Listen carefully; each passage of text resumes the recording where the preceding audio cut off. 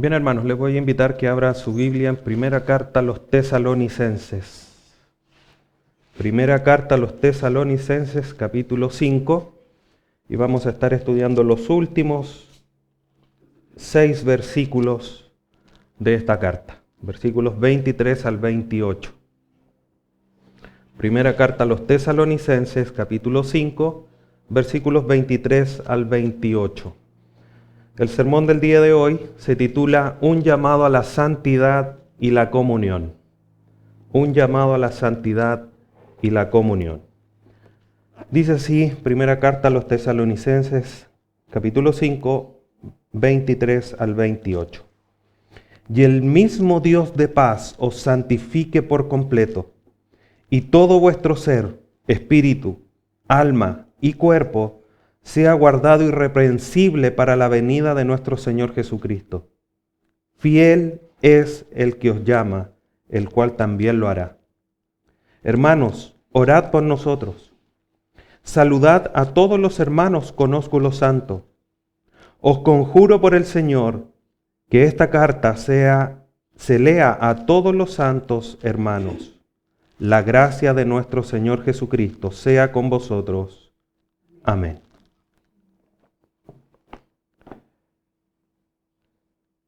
Pablo, en estas últimas líneas, comienza ya a desarrollar, ya a entregar, como se conocen, los saludos y las bendiciones finales. Pero no por esa razón estas últimas palabras son menos importantes o son de menos peso doctrinal que todo lo que hemos visto anteriormente. Hoy día es la enseñanza número 20. Las 19 anteriores no tienen más peso que estas últimas palabras.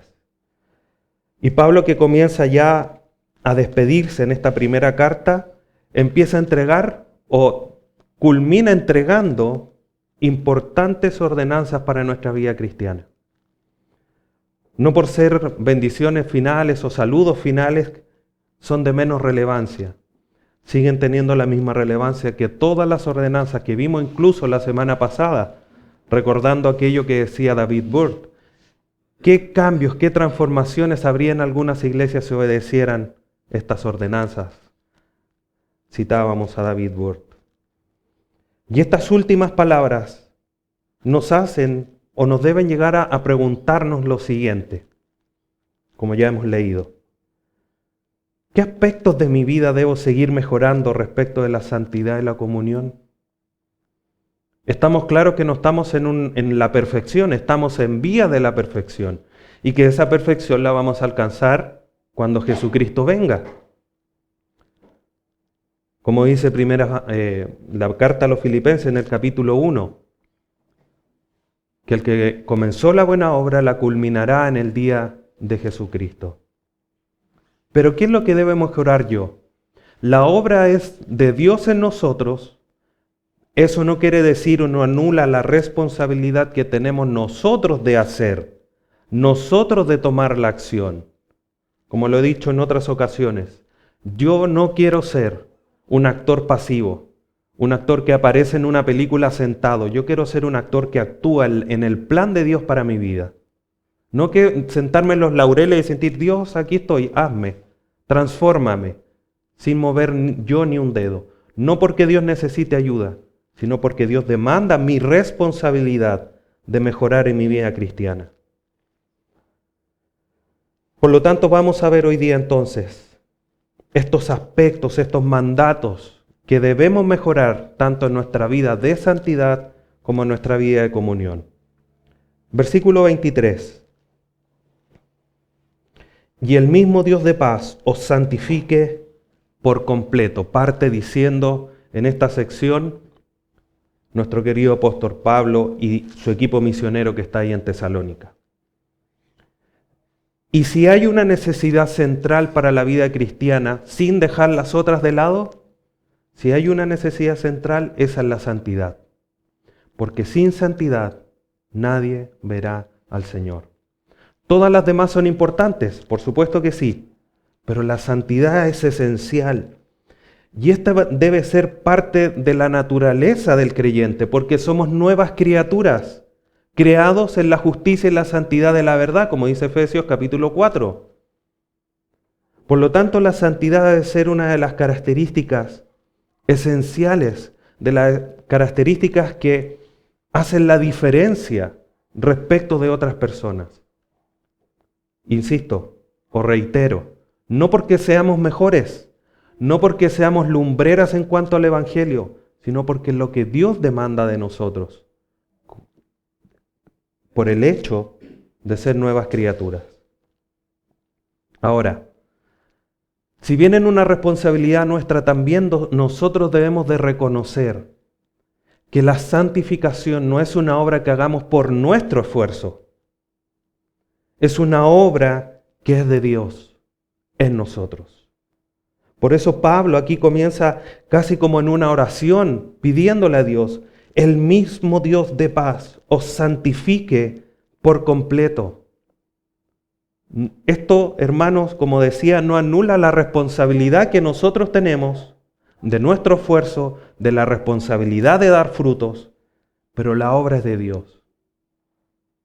El mismo Dios santifique por completo. Dicho de otra manera, la obra de santificación no es una obra resultante de nuestros esfuerzos, sino que es una obra que resulta de Dios en nosotros, por medio de nuestro esfuerzo, e incluso en contra de nuestros esfuerzos. Quizá es difícil lograr encajar la realidad de nuestra realidad como responsable de nuestra santificación, pero la realidad también de la obra de Dios en nosotros. Nosotros vamos a tener que dar cuentas. Pero si Dios tiene un propósito con nosotros, nosotros no vamos a estorbar a ese propósito que Él tiene. Insisto, ¿qué tipo de actor quieres ser? ¿Aquel que trata de ir en contra, como un buen salmón nadando en contra de la corriente, o favoreciendo la obra de Dios en ti? Que Dios nos santifique, que Dios haga el cambio, porque nosotros no podemos, pero tampoco debemos esforzarnos para que eso no ocurra.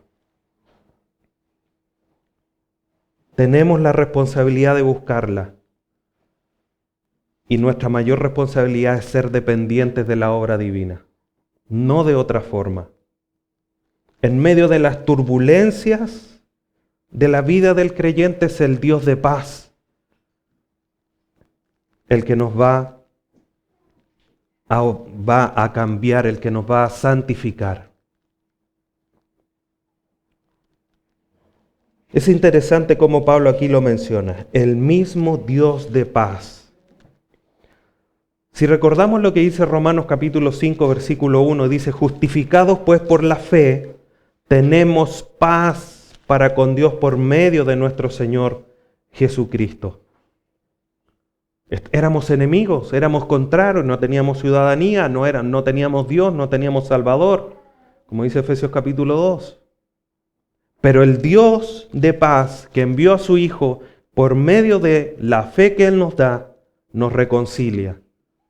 Estamos en paz con Dios, ya no somos enemigos, ya no hay nada que nos condene, porque estamos en paz. Y ese, a pesar de que no somos santos, en la perfección que Dios lo demanda, ante sus ojos lo somos, porque es el Dios de paz, estableció que todo estaba en bien a favor nuestro.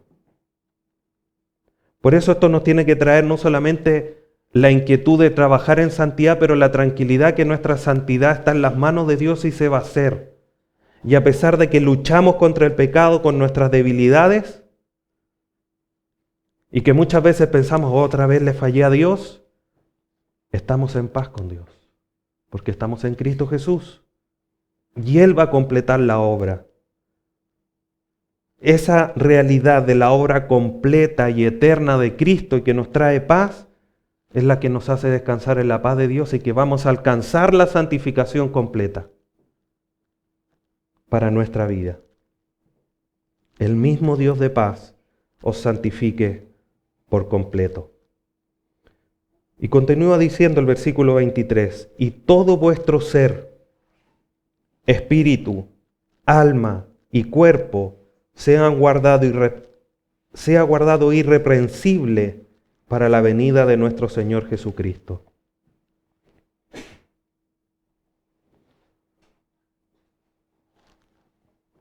Pablo aquí detalla algo que es muy interesante e importante.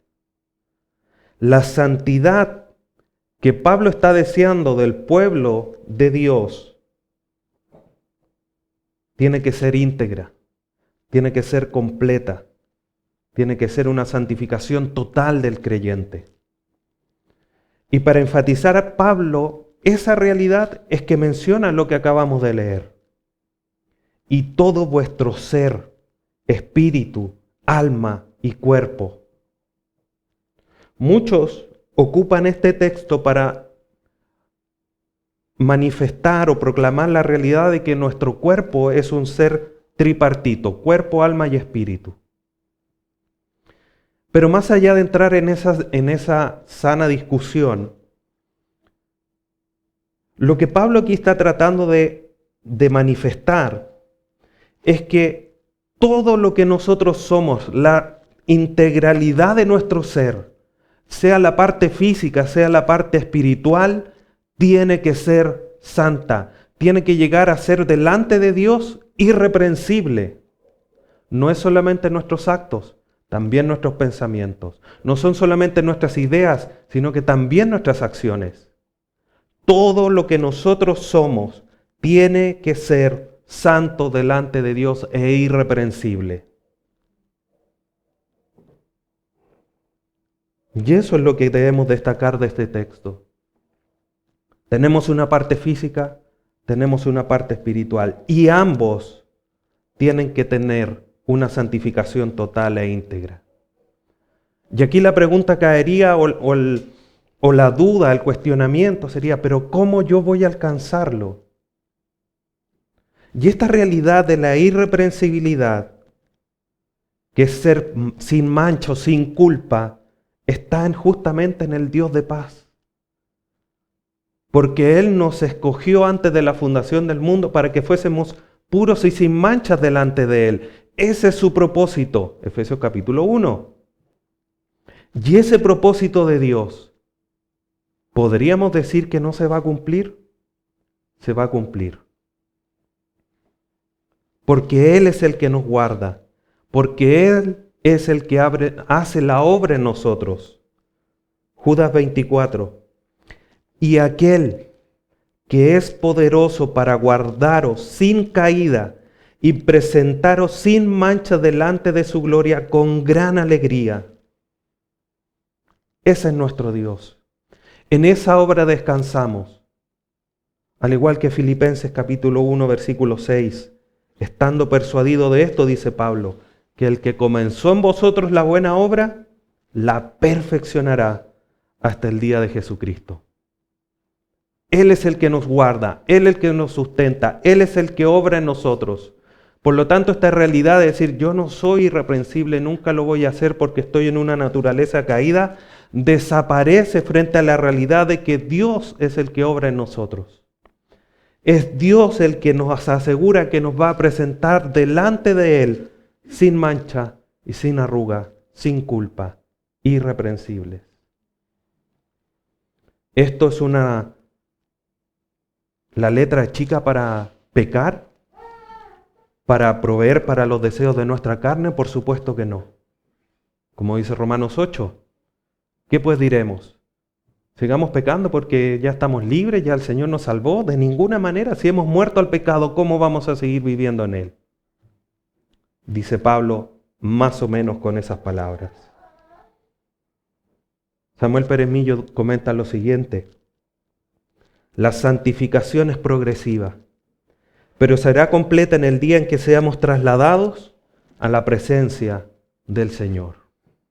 Cuando nos encontremos con el Señor en las nubes, como decía Pablo unos capítulos atrás, o unas enseñanzas atrás. Cuando seamos levantados y nos reunamos con aquellos que durmieron en Cristo en el cielo para encontrarnos con el Señor, vamos a ser irreprensibles, vamos a tener una santidad completa para poder encontrarnos con aquel que es santo. con aquel que es puro. La obra de santificación en nosotros tiene una fecha de término. Así como en los letreros que se ponen en las obras y ponen fecha de culmine, fecha de término, año, mes, para nosotros también. Nuestra santificación, hermanos, tiene una fecha de término, que es la venida de nuestro Señor. La distinción es que no lo sabemos cuándo Él viene, pero la realidad es que la santificación de nosotros se va a hacer realidad. Y eso nos debe animar a seguir adelante, a seguir esforzándonos, porque nada de lo que nosotros hagamos va a ser en vano. Nada de lo que nosotros hagamos para el Señor va a resultar en la basura, sino que va a servir para esa santificación completa. Mirado desde otro punto de vista, si Dios quiere hacer una obra en ti, ¿qué vas a hacer tú? ¿Ir en contra de la obra que Dios está haciendo en ti? ¿O ayudarle al Señor? Insisto, no porque Dios necesite nuestra ayuda, sino que yo quiero trabajar junto con Él, quiero ver su obra, aquel propósito, aquella voluntad que Dios tiene para mí, yo quiero verla completa, quiero verla hecha, y si puedo ayudar, lo voy a hacer. Esa tiene que ser nuestra disposición. No sentarnos en los laureles y decir, Dios, obra en mí. Tu propósito se va a cumplir si yo hago o no hago. Eso es ser un siervo negligente. Dios está preparando una iglesia para presentársela a su Hijo sin mancha y sin arruga. Efesios capítulo 5, versículo 27, dice, a fin de presentársela a sí mismo una iglesia gloriosa, que no tuviese mancha ni arruga ni cosa semejante, sino que fuese santa y sin mancha. Esa es nuestra esperanza y es un llamado a que nos santifiquemos, a que trabajemos en nuestra vida. Versículo 24. Fiel es el que os llama, el cual también lo hará. Todo lo que hemos dicho de la santificación, santifíquense por completo, van a ser guardados irreprensibles, tiene un sustento, tiene una base, sólido y seguro. ¿Cuál es? La fidelidad del Señor. Fiel es el que los llama. Y eso manifiesta el propósito de Dios para nosotros. Romanos capítulo 8, versículo 28. Y sabemos que los que aman a Dios, todas las cosas los ayudan a bien. Esto es, a los que conforme a su propósito son llamados. Y lo recordamos, palabras similares ahí en Efesios capítulo 1. Que nos predestinó para que fuésemos puros y sin manchas, que manifiesta también esa realidad del propósito de Dios para nosotros. Dios nos ha dicho una y otra vez que nos ha llamado para que seamos santos. Segunda carta de Timoteo, capítulo 1, versículo 9. Quien nos salvó y nos llamó con llamamiento santo, no conforme a nuestras obras, sino según el propósito suyo y la gracia que nos fue dada en Cristo Jesús, antes de los tiempos de los siglos. Y esa realidad es estar en comunión con Cristo. Primera carta a los Corintios 1:9. Fiel es Dios, por el cual fuisteis llamados a la comunión con su Hijo Jesucristo, nuestro Señor. Fiel es Él que nos ha llamado para que seamos sus hijos, para pasarnos a esta familia espiritual. Y sigue trabajando en nosotros. Cuando nacen los niños pequeños, no nacen completos. Hay que formarlos, hay que enseñarles a comportarse, a hacer cosas, a no hacer lo malo, a hacer lo bueno. Estamos en ese mismo proceso. Dios nos ha llamado para hacernos sus hijos y sigue trabajando en nosotros, para cuando nos lleve delante de su presencia, presentarnos a sí mismos puros y sin manchas. Y no solamente fiel el que nos llama, sino que fiel es el que hace también, que es el mismo Dios. Fiel es el que os llama, el cual también lo hará.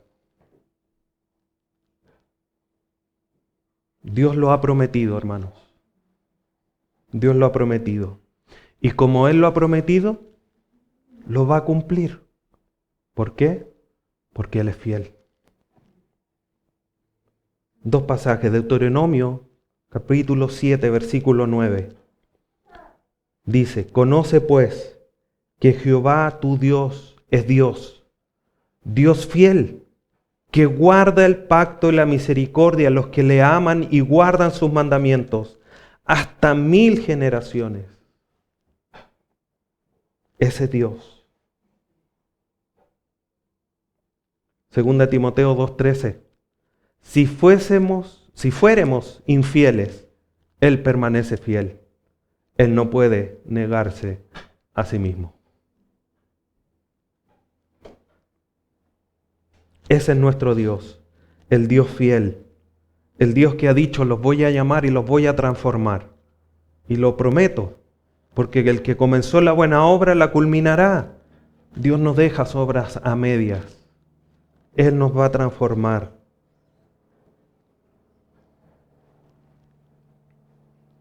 Números 23, 19.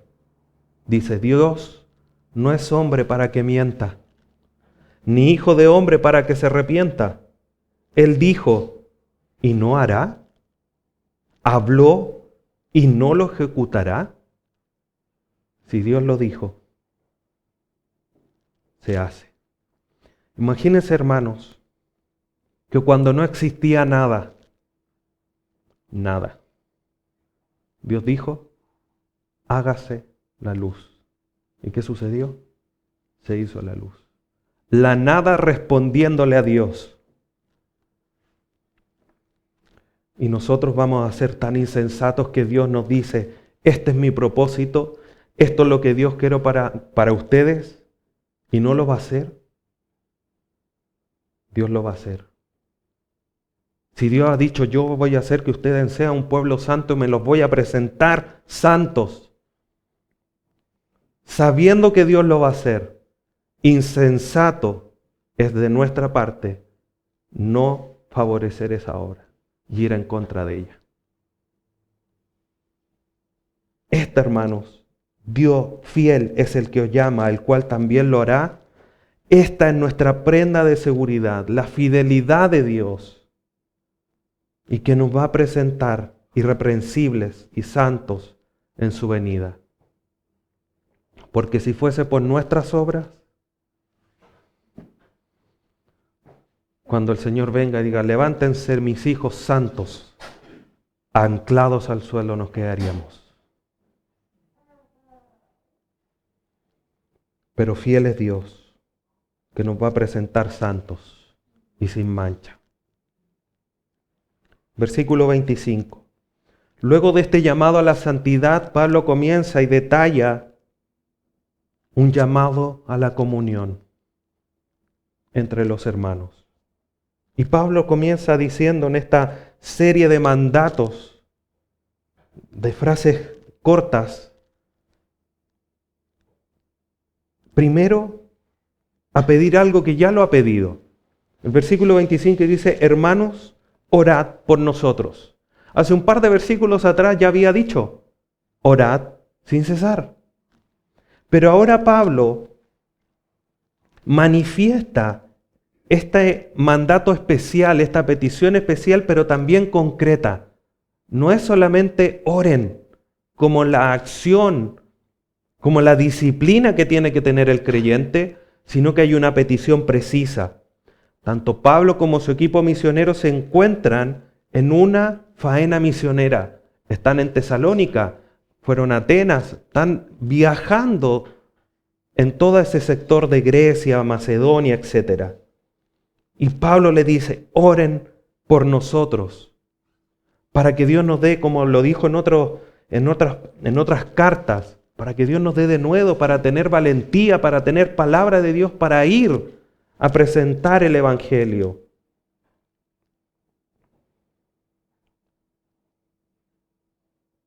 Pablo detalla esta petición a otros hermanos, por ejemplo, en Efesios capítulo 6, versículo 19. Y por mí, a fin de que al abrir mi boca me sean dadas palabras para dar a conocer con denuedo, con valentía el misterio del Evangelio. Colosenses 4:3, orando también al mismo tiempo por nosotros, para que el Señor nos abra puerta para la palabra, a fin de dar a conocer el misterio de Cristo. A la iglesia en Tesalónica no es distinto. Oren por nosotros. Uno de los elementos importantes y esenciales de la oración es la intercesión. El pedir por otros.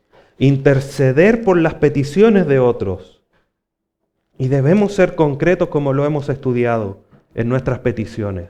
Entre más concreto, mejor. Porque tenemos más claridad de cuando Dios nos responda. Eso para animarnos en la fe y para glorificar al Señor. En este caso, la oración que pide Pablo es una intercesión a favor del Evangelio, de la extensión del Evangelio. Oren por nosotros para viajar, para predicar. La oración era necesaria en esa época, para que el equipo misionero pudiese tener palabras, como lo leímos en los otros pasajes. Y sigue siendo necesaria hoy. Quizás nosotros no tenemos misioneros, no enviamos a hermanos a otros lugares.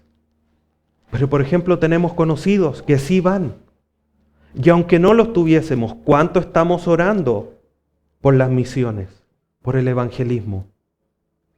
No solamente la acción de evangelizar, porque a lo mejor no vamos a ir de misiones. No vamos a ir a África, no vamos a ir a Oriente Medio, no vamos a ir al Amazonas. Pero ¿cuánto estamos apoyando en oración a hermanos que entregan sus vidas en esos lugares? Justo hoy en la mañana antes de salir leí una noticia. Un padre, imagínense hermanos, lo terrible que es. Un padre había dado muerte a su hija, que era musulmán, por convertirse al Evangelio. Y nosotros aquí, no, es que hace mucho frío. No, es que el virus, con todas las libertades, nadie amenazándonos con una pistola, ni con un cuchillo. Señor nos ayude a presentarnos delante de Él y orar por nuestros hermanos que dan su vida por este bendito Evangelio. Eso es una parte fundamental de la comunión. Obviamente nuestra, porque oramos todos juntos, pero con nuestros hermanos de otras congregaciones, de otras partes del mundo, que dan su vida. Versículo 26. Saludad a todos los hermanos con ósculo santo. Pablo aquí instruye a los hermanos a despedirse entre hermanos con un beso santo. Eso es lo que significa un ósculo santo, un beso santo. En los tiempos apostólicos el beso era una forma de saludo cristiano muy utilizado y que era un símbolo de hermandad, de amor hermanable y de comunión real dentro de la iglesia. O podríamos decir que era una señal de amor, de armonía y paz dentro de la iglesia. Todos los creyentes en Tesalónica debían hacerlo. Saludad a todos los hermanos con ósculo santo, no a algunos, no a los que predican, no a los que tocan, no a los que prestan la casa para reunirnos. A todos los hermanos saluden con ósculo santo. Ahora, para nosotros hoy el beso se ha transformado. Por el tiempo, por la cultura, el beso ya no tiene el mismo significado. Hoy en día, No está mal saludarse o despedirse de un beso. Y uno lo hace habitualmente ya ni siquiera solamente en el contexto de iglesia, lo hace en el trabajo, lo hace en la familia, con los más conocidos. Entonces, teniendo en cuenta el simbolismo y la señal que reflejaba este ósculo santo que Pablo le está pidiendo a los hermanos en Tesalónica, porque no ese es el mandato directo de Dios, no es que nos despidamos con besos, porque si es por eso estamos cumpliendo. Vamos más al fondo. Y la pregunta es, ¿mi saludo, mi despedida, refleja el amor hermanable? ¿Ese ósculo santo con el que me despido, con el que saludo, está mostrando paz, armonía y comunión real que debe existir en el cuerpo de Cristo? ¿O solamente lo estoy haciendo porque la cultura me está enseñando, o por cultura es la costumbre que uno tiene en hacerlo? Nadie, hermanos, nadie debe quedar excluido de mi saludo sincero, amoroso, entrañable, lleno de paz y lleno de armonía. Si es con un beso, bien. Si es con un apretón de manos, bien. Si es con un abrazo, bien. Pero que sea esa sinceridad, ese amor, esa armonía que sea reflejada en el abrazo. Si eso no está resultando de esa manera, ¿qué debo hacer? Solucionarlo. Porque tiene que haber unidad real, tiene que haber comunión real. No solamente porque estoy orando por los que están siendo misioneros, sino porque estoy obrando en un saludo sincero. Porque mi santidad tiene que ser tanto de obras físicas como de mis pensamientos y mis ideas que están en el ámbito espiritual. No podemos separar estas realidades. Dios me habló de la santidad y me habló que tuviera que hablar acá. Sí, dos temas, pero están unidos. Porque el Señor ve y dice, mira, saludó muy bien.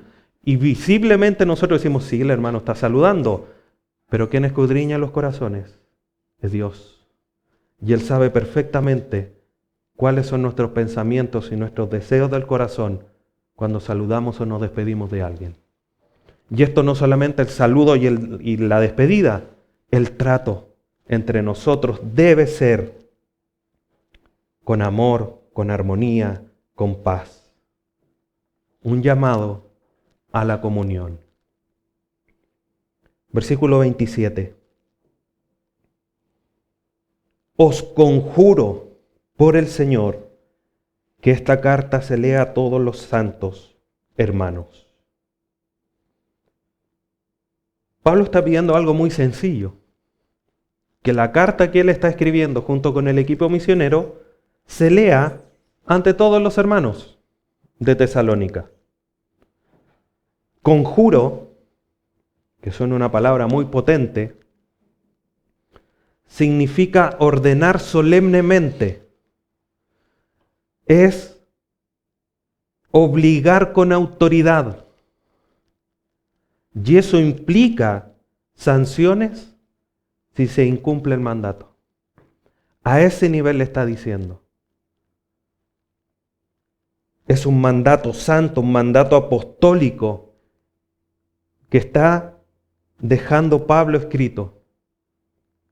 Les ordeno, les obligo con la autoridad de Dios, por el Señor.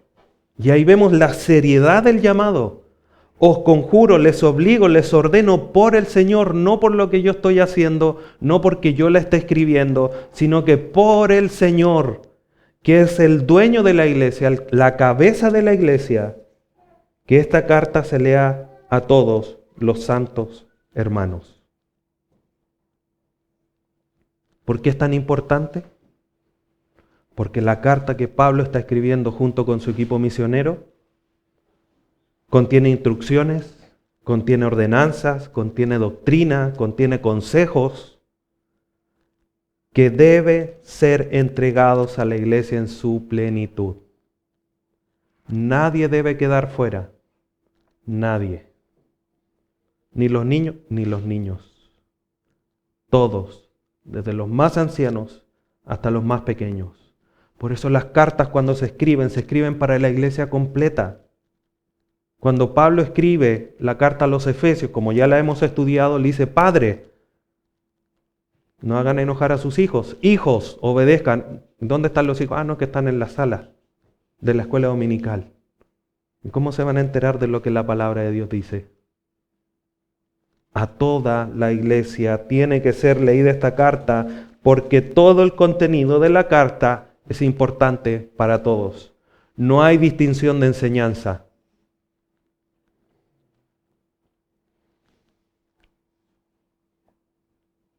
¿Por qué es importante? Porque lo escrito finalmente es la manifestación clara de la autoridad y la voluntad del Señor para su iglesia. Teniendo esto en cuenta, hermanos, podemos deducir que esta lectura debía hacerse de manera pública y en un culto donde estuviesen todos. Entonces, si teniendo este mandato en cuenta, con este contexto cultural de la primera iglesia allá en Tesalónica, la iglesia primitiva, nosotros debemos comprender que la voluntad autoritativa de Dios es proclamada en cada servicio de manera pública cuando se exhorta la palabra, cuando se enseña la palabra.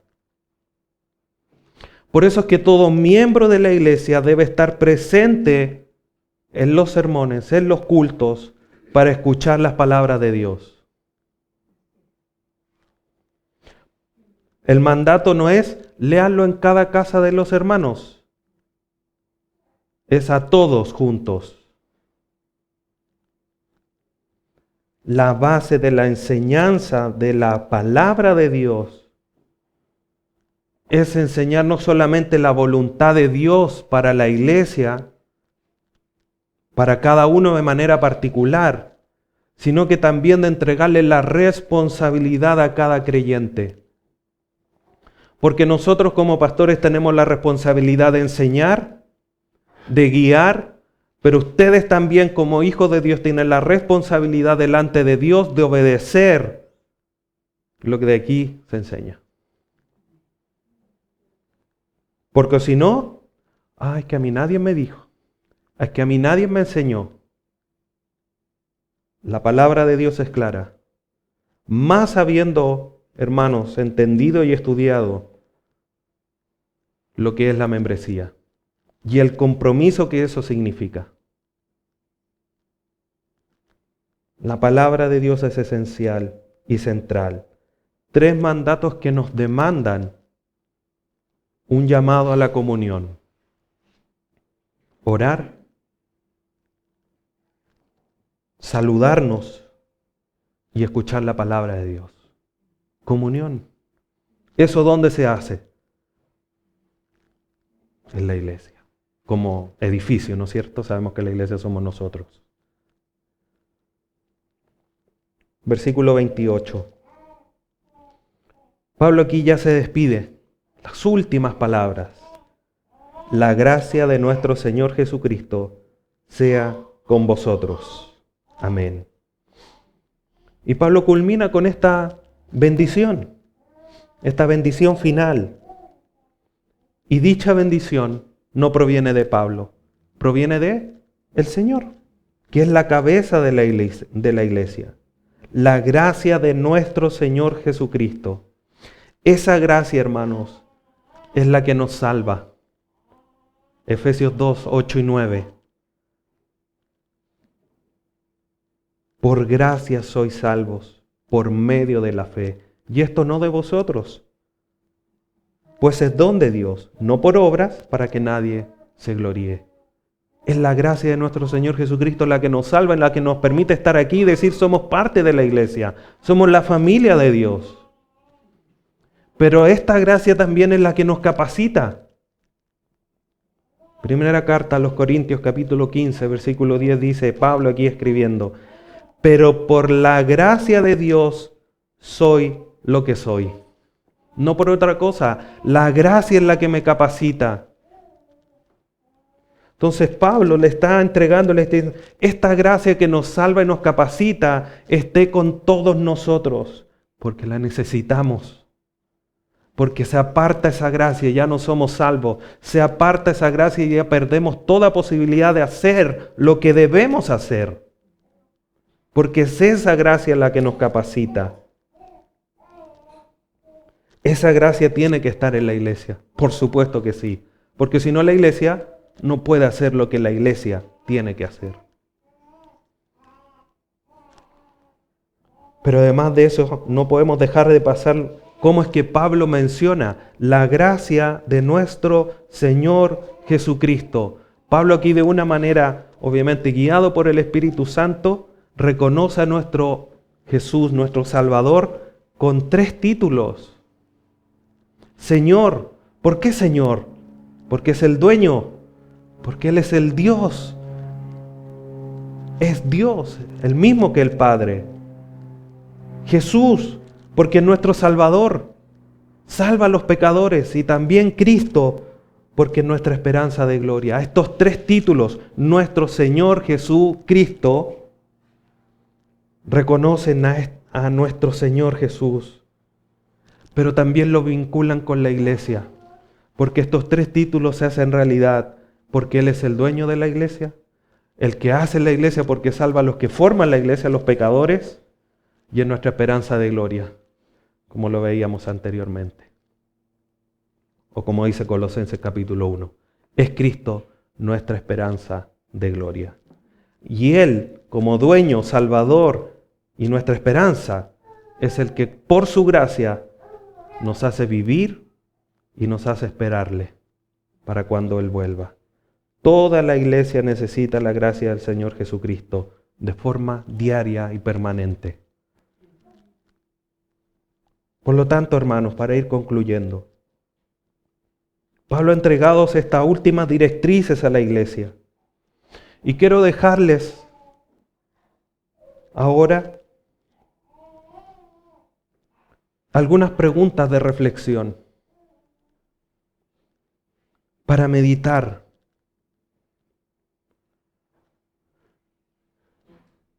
Primera pregunta: ¿cuán involucrado y apasionado estás por tu santidad?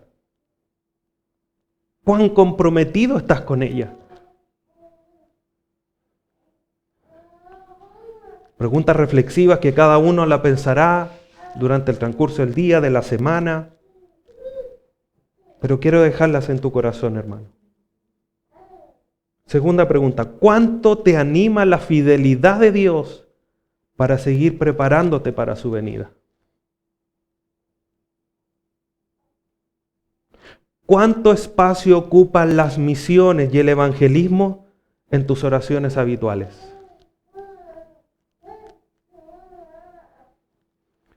¿Cómo está tu saludo hacia los hermanos? ¿Cuánto has comprendido la importancia de escuchar la palabra de Dios en tu iglesia?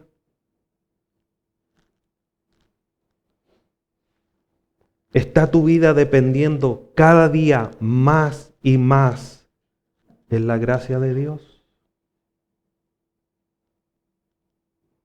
Hermanos, Cristo viene de manera inminente. ¿Para cuándo dejarás estas enseñanzas? ¿Para mañana? ¿Para 2 semanas más? No, todavía no, estoy un poco cansado. Como nos hablan los evangelios. No, Señor, déjame ir a hacer esto aquí, necesito ir a enterrar a mi familia, necesito acá, necesito allá. Déjenlos. Dejen a los muertos que entierran a los muertos, déjenlos que los demás síganme.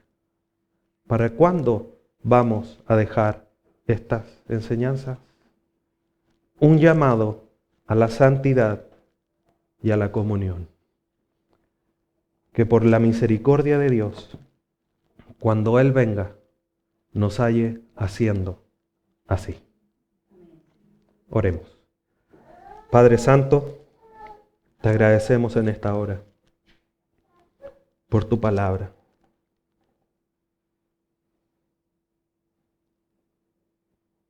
Gracias porque tú nos enseñas a seguir adelante, porque vemos que tu obra tú la vas a finalizar, porque tú eres fiel. Y vemos que con cuánto amor sigues insistiendo que tengamos comunión, que oremos, que nos saludemos de una manera digna, que escuchemos tu voz. Dios amado, gracias, porque día tras día no te cansas de enseñarnos, de enseñarnos, de enseñarnos, de guiarnos. Y aún así, nosotros muchas veces tan duros de no aprender, no escuchar y de no hacer. Ayúdanos, Dios amado, para ser actores activos de tu obra en nosotros y no ser necios al presentar obstáculos en tu obra. Nadie te estorbará, pero muchas veces vamos en contra de tus mandatos. Ayúdanos, Señor, a animarnos, a mirar tu fidelidad, a mirar tu amor y a mirar que ya no falta nada para el regreso de nuestro Señor Jesús. Gracias, Dios bendito. Ayúdanos a todos nosotros a vivir de una manera digna del Evangelio, de una manera adecuada a la vocación con la que hemos sido llamados. Te agradecemos, Padre bendito, en esta hora. Glorifícate en nosotros. Lo pedimos por misericordia, en el nombre de tu Hijo Jesús. Amén.